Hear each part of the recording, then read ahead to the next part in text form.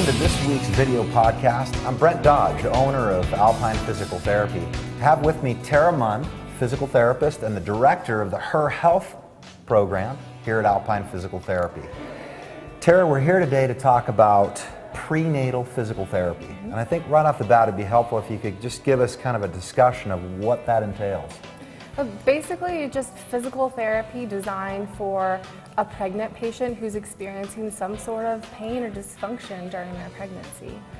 So people going through that phase in their life, what are some of the things they might run into that would be a condition potentially amenable to physical therapy treatment? So there's a few common postural dysfunctions or problems that I see most commonly. And I think one of the most common that I see is just this excessive stress and strain that's put through the thoracic lumbar junction. Just this hinge in the middle of your spine when it should normally be like this nice S curve. And that's because of the growing abdomen and how that center of gravity is shifted forward. I'm sure you've probably seen women in their end of their pregnancy, hands on their hips, leaning back, walking through the grocery store because they just have so much stress and strain there that's causing them pain. I think another really common one I see is laxity and weakness through the pelvic girdle, including the lower lumbar spine, but through the SI joint, and just not being able to support the added mobility that pregnancy causes because of the hormone changes in combination with weakness. So that whole low back connection. Whole low back hip SI joint thing. And then I think not as common, but important to mention also is this, rounded forward shoulders, abduction through the scapula, just kind of stress and strain forward in this position. And the reason why I think that's important to address during pregnancy is because if that's going on during pregnancy, that problem is only going to be worse afterwards, because if you think of a new mother, whether she's breastfeeding or bottle feeding, that forward position, holding the babies, all those front packs that people are carrying, added weight of the chest because of hormone pregnancy changes, lactation, all of that. Well, Tara, thanks for identifying those postural changes that can lead to some back pain. How do you generally go about treating those problems? So treating the dysfunction primarily, and by doing that you need to retrain the body to get out of those faulty movement patterns. Sometimes physical therapy might include things such as manual therapy, definitely neuromuscular re-education, which is the retraining of the body movement patterns to move in healthier ways and disperse that stress a little bit more. Patient education has been huge. I mean, sometimes, honestly, I see people for 1 or 2 visits because they just didn't know what they were doing that was causing the pain, and just, something so simple. Don't wear high heels. Put a pillow between your legs when you're sleeping. Use your muscles a little bit different. That's all some people need. Sometimes it's really simple. Exercise is huge, and there's some really good exercises that can keep people feeling good and enjoying their pregnancy, which is what this is all about. We want women to enjoy the time that they're pregnant, not be burdened by pain and not wanting to do things because they don't feel good. Prepare them for delivery so that they have a great experience, and then give them the fastest chance at recovering and getting back to the life that they had, the body that they had before they were pregnant. So education, exercise, manual therapy, there's so many avenues that you can use, but exercise really seems to be an overriding important aspect. It's a really important one, I think, just to be healthy during your pregnancy, incorporating that exercise. And some people fall off of that path because of pain, and so using specific things given for a specific purpose and done the right way can make all the difference and allow them just to be healthy and just do regular aerobic activity, which is recommended for healthy women during pregnancy, for the baby and for themselves.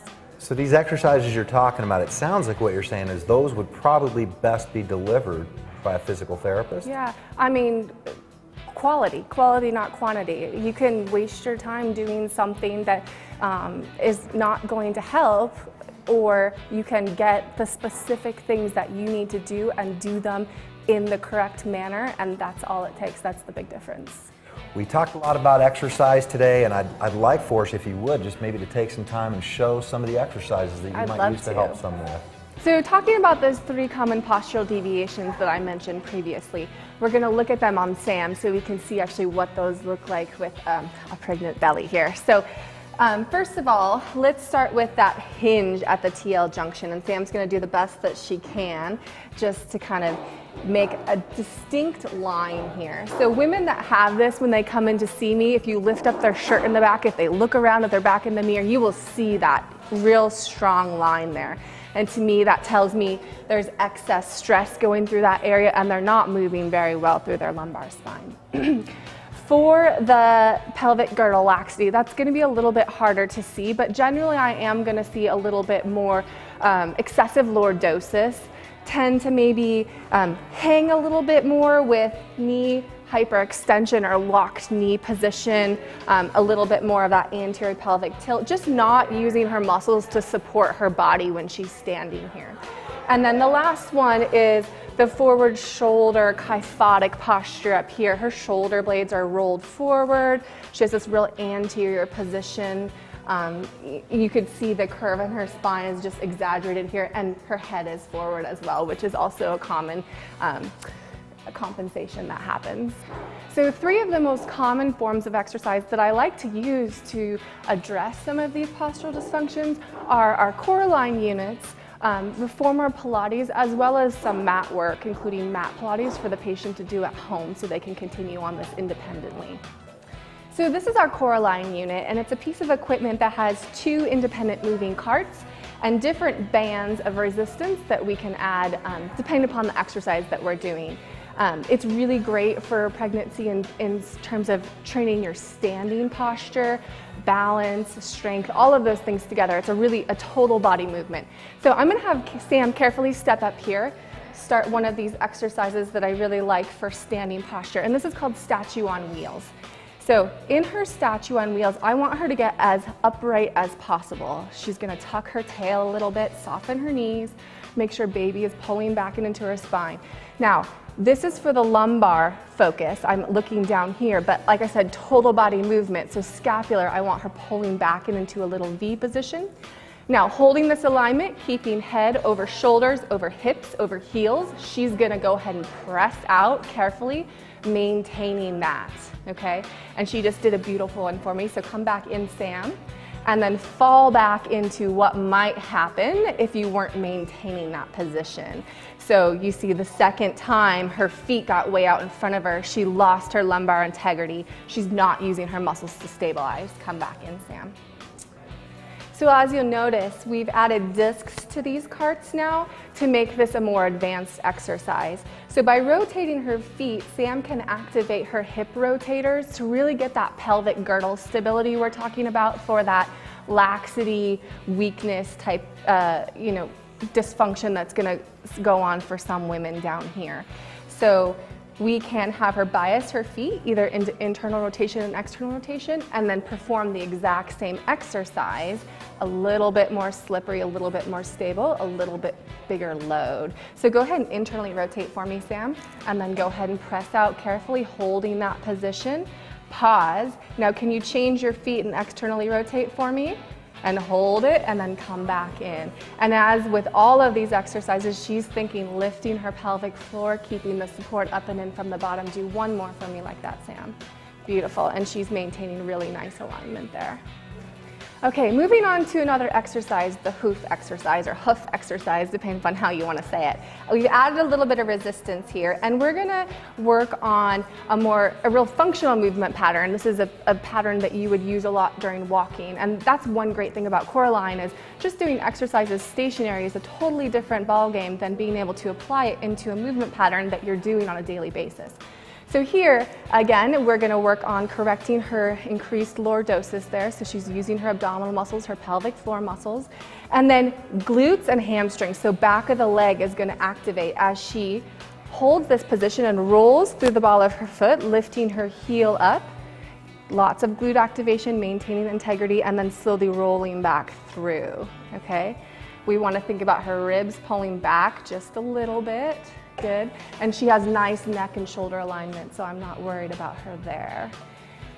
Weight shifting from one side to another is a big thing I'm watching with this one. I want her to keep good weight bearing through both feet, steady and supported. All right, so moving on to another exercise. This is called side ski, and I really like this exercise because while we're strengthening, we get some body mechanics training in there. We get to teach her and have her practice a good squat, which is something that every mom needs to know how to do, picking up little toys and all of that kind of thing off of the ground. So Sam is going to squat back into a good position. So her hips go back, her knees are behind her toes, and her belly is in, back is nice and flat. From there, she's gonna push out, activating her hip abductors, using lots of muscle here. Stability component, she's gonna stand up, maintain that position. I'm watching to make sure that she didn't pop into a lordosis when she came into standing, and then she's gonna control that cart back in. With her arms out like this, I'm watching to make sure her shoulder blades are back and down. She didn't shrug her shoulders up. Go ahead and do one more for me, Sam. Good.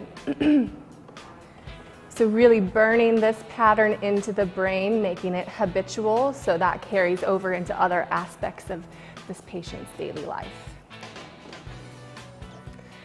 So we've moved the position of the carts here towards the back of the unit now, and we've set Sam up for a low row exercise. So this one's really going to be focused on scapular strength, mobility, good posture through her upper quadrant here.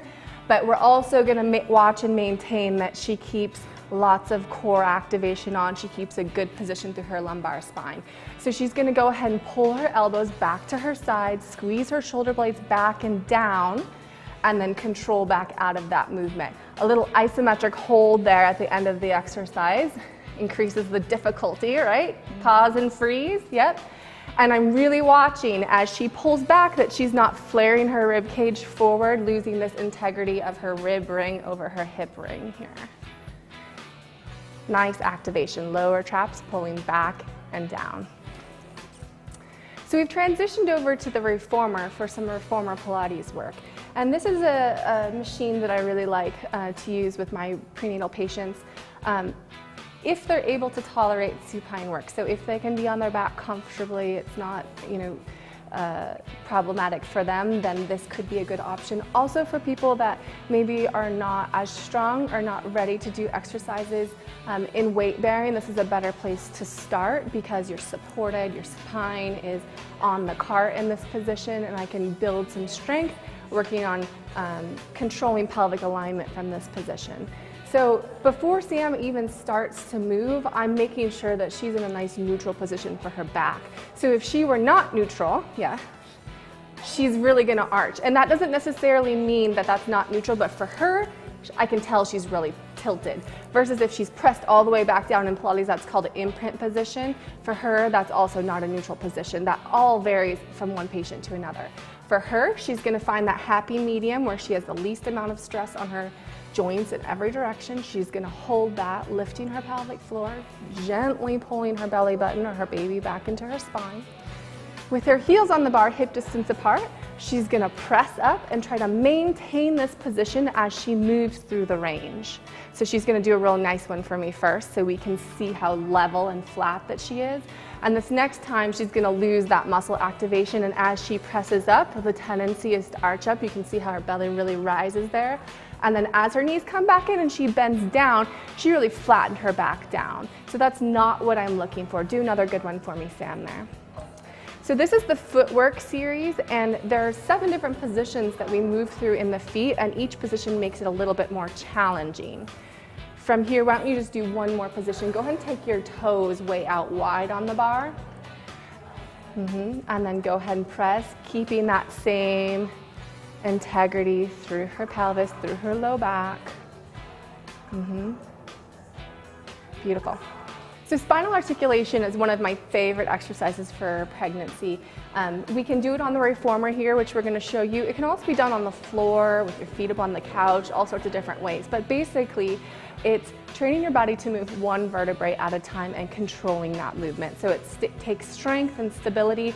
At the same time, you're providing your spine with the mobility, the movement it needs to feel healthy and to eliminate pain. Sometimes it's a great one to do if you're hurting a little bit. So On the reformer, Sam's gonna press up just a little bit, so she's gonna come off of the bottom, and then she's gonna hold that position, okay? So she's using her legs here.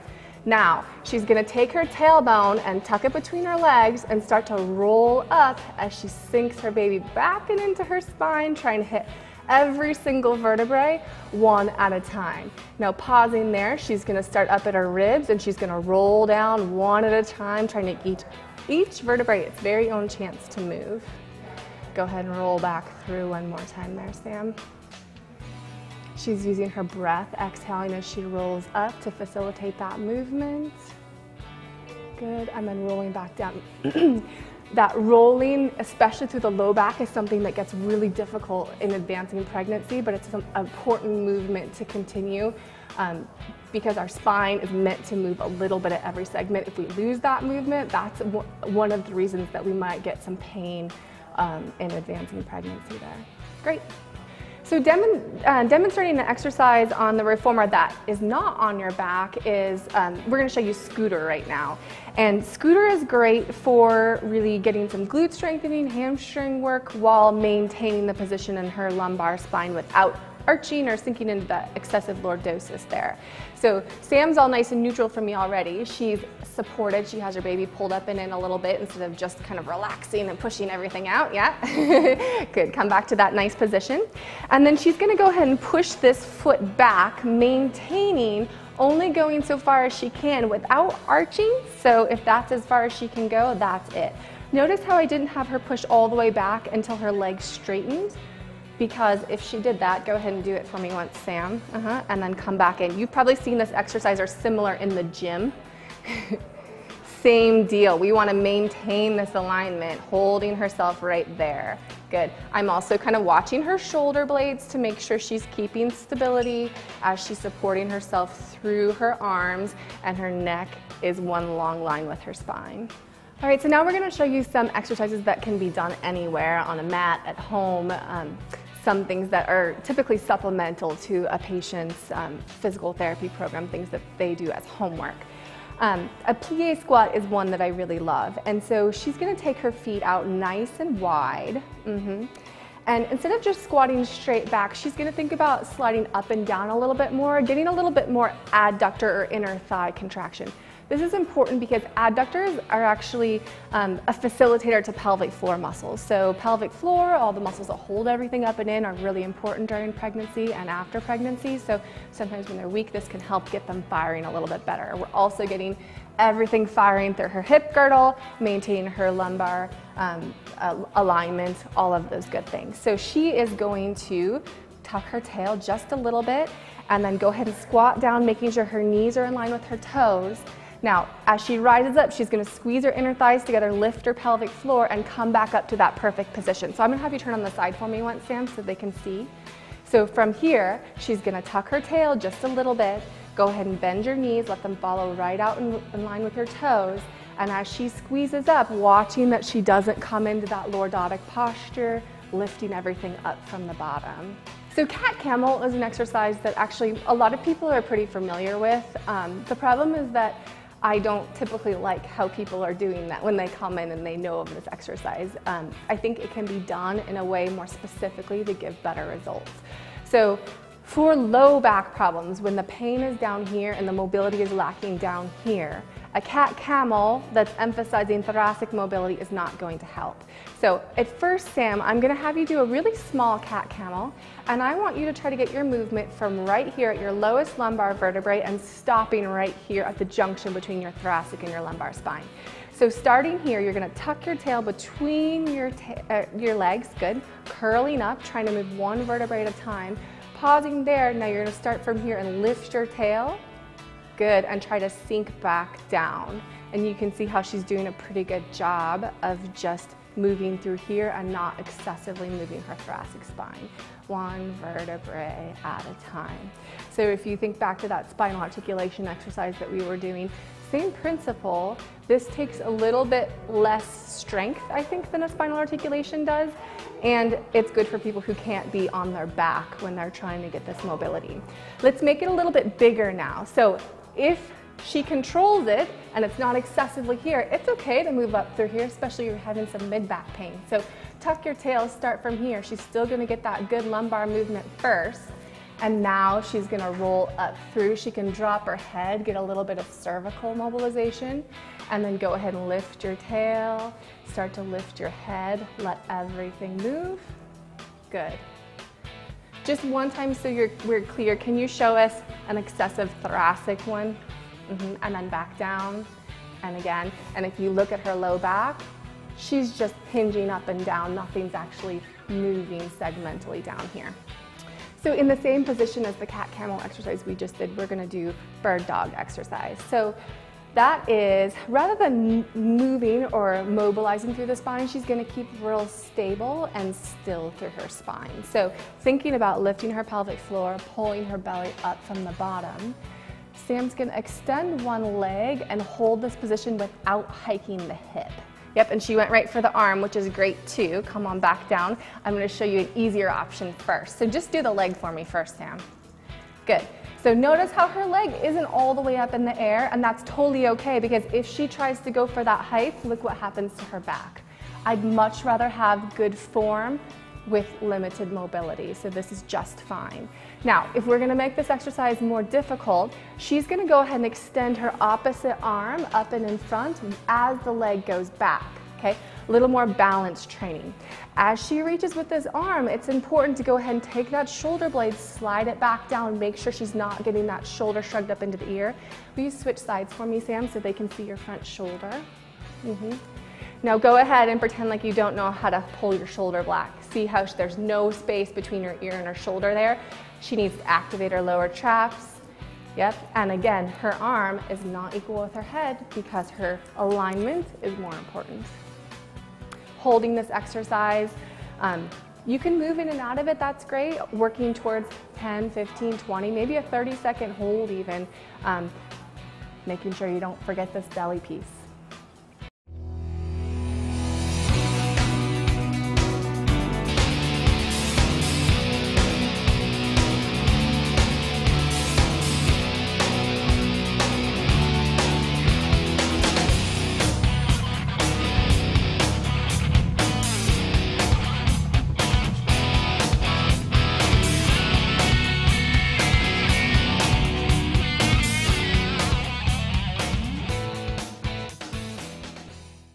I'd like to say a special thanks to Tara Mund, our physical therapist and director of the Her Health program at Alpine Physical Therapy. For more information, be sure to visit the Her Health website at herhealthmt.com and visit our clinic website at alpineptmissoula.com.